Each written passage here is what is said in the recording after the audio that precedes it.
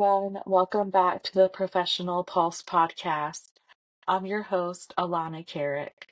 Today, we're going to dive deep into my honeymoon experience last year around this time in Punta Cana, Dominican Republic. Get yourself some coffee, hot tea, water. This is going to be a personal podcast, a chatty podcast. I'm ready to yap with you today. Before we dive deep into our honeymoon experience in Punta Cana, I always like to start out my podcast with a pulse check. I'll give you an update on my sourdough. I have successfully made 3 loaves of sourdough and a dozen sourdough bagels. I am honestly obsessed with this new hobby. It has given me so much joy to be able to create and make something of my own and to share it with those that I love. So I'm really looking forward to continuing this hobby. It certainly can take over my life at times with scheduling out when to make the dough, when to have it rest on the counter, when to shape it, when to proof it. So it definitely has been time consuming, but it's been a great mental health escape for me to have that um, being a part of my routine. I'll pick a day where I know that I can make sourdough and get it all ready. So it's been really exciting, and I so far have been successful. No loaf has been 150% perfect, but all have been edible and absolutely delicious. So that's my update on sourdough. And a lot of you also know that I was doing the 75 hard challenge back in January. I did fail the challenge. Kyle got sick from work, and then I got sick the week after. And yep, I just could not keep up with the challenge, and that is okay. I am looking forward to incorporating good routines and habits back into my life once I'm feeling 100%. That's my update on 75 Hard. It's okay to not be perfect and to fail at times, and it certainly is a hard challenge, and I'm glad that I gave it a good run. It taught me that, I am capable of so much more, and this year, I think for me, is just establishing a better routine mentally, physically, emotionally, professionally, and I'm looking forward to continuing that and seeing what comes from that. So Punta Cana, let's dive into my honeymoon experience in Punta Cana with Kyle.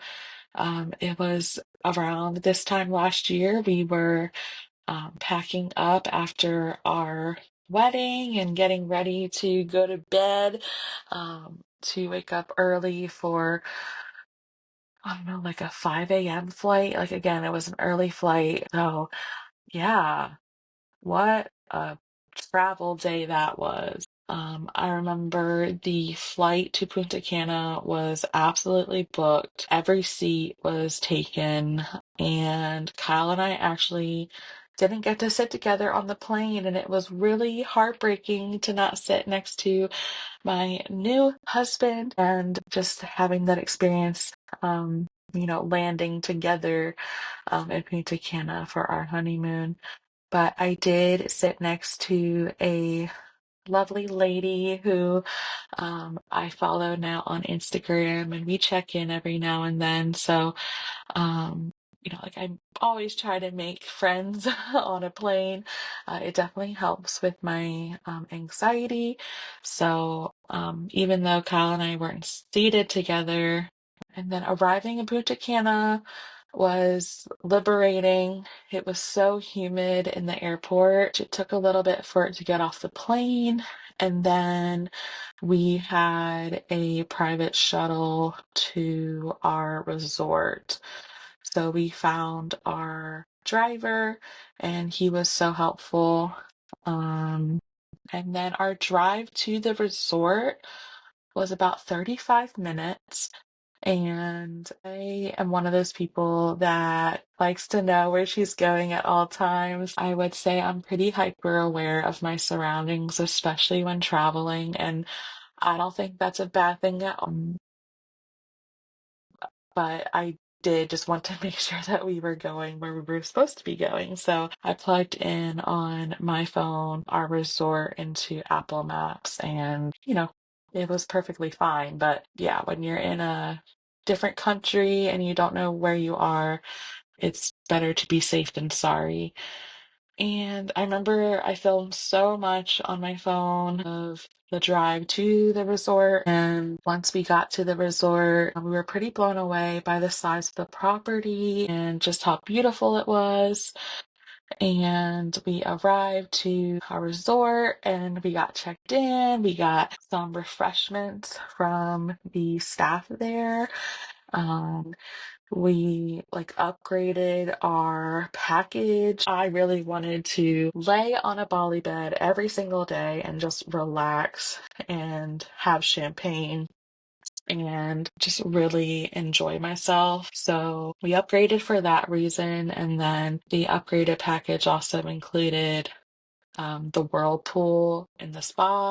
And that's something that Kyle actually enjoyed more than me, was the whirlpool. It's just a big hot tub in the spa. So we did go to the spa every single day for that reason. And it was something that we both looked forward to each day. We got to our room and we booked a general room. We did not feel like we needed to pay for a swim up or a crazy room. And I'm so glad that we stuck with what we paid for, because honestly, it was so remote and private and all around just a perfect location in the first place. And our butler team and our building were amazing. So every butler knew us by name and knew our preferences and kind of got used to our daily routine. And that was really nice to just feel welcomed in that aspect. We got settled into our room and we got lunch at a sports bar our first day. And then we eventually laid out by the beach. And the first day it did end up raining while we were on the beach. But I will say, our first 3 days in Punta Cana, I was exhausted. I was still recovering from being sick. And I wish we would have booked a longer trip. That's me. Kyle would have just kept it the way that we did it, but I felt like I wasted 3 days of just being so tired. But that's really the only negative. Everything else at the resort was perfect. We were spoiled beyond belief. I'm so thankful for the resort that we went to, and the staff there really just made our experience just a luxury experience. And we were able to have a private 5-course Valentine's Day meal while we were there, which was a really sweet memory for just getting married and experiencing Valentine's Day together as a married couple, and in that type of way was really sweet. And we also were given the best seats in the house at a show that we went to at the resort. I remember our butler was like, "There's a special surprise waiting for you while you're both there." And we were both walked to our seats, and we were at the very front of the stage and in really good seats. And Kyle loved the show that we went to. It was so fun to see the things that Kyle enjoyed, and in retrospect, things that I really didn't want to experience to the full potential, whereas Kyle wanted to experience some things. And that was just a lesson to learn early in marriage, that you have to experience things for the enjoyment of the other person. And the only reason why the show wasn't like one of my favorite things was because it was the night before we were to leave to go back home, and it was late, and I was like, we have to wake up tomorrow to pack and to wake up. And the show ran pretty long, and there was actually like an after party after the show that we ended up not going to. So again, like there were a lot of things where I wish we would have spent more time down there to, really experience a lot of things in more of a fuller sense. But all in all, our honeymoon was beautiful and perfect and everything that I wanted it to be and more. The level of peace and relaxation we were able to experience was beautiful. And again, like the staff there, the butlers really made our experience just elevated. They catered to our every need, and we tipped them really well, and in retrospect, like that's why we got such great customer service. They knew that we would pay for a certain type of experience, and I am all for paying for a luxury experience if that's what I'm wanting. So we are actually planning on going back to that resort, God willing, if everything works out, potentially for Christmas of 2025.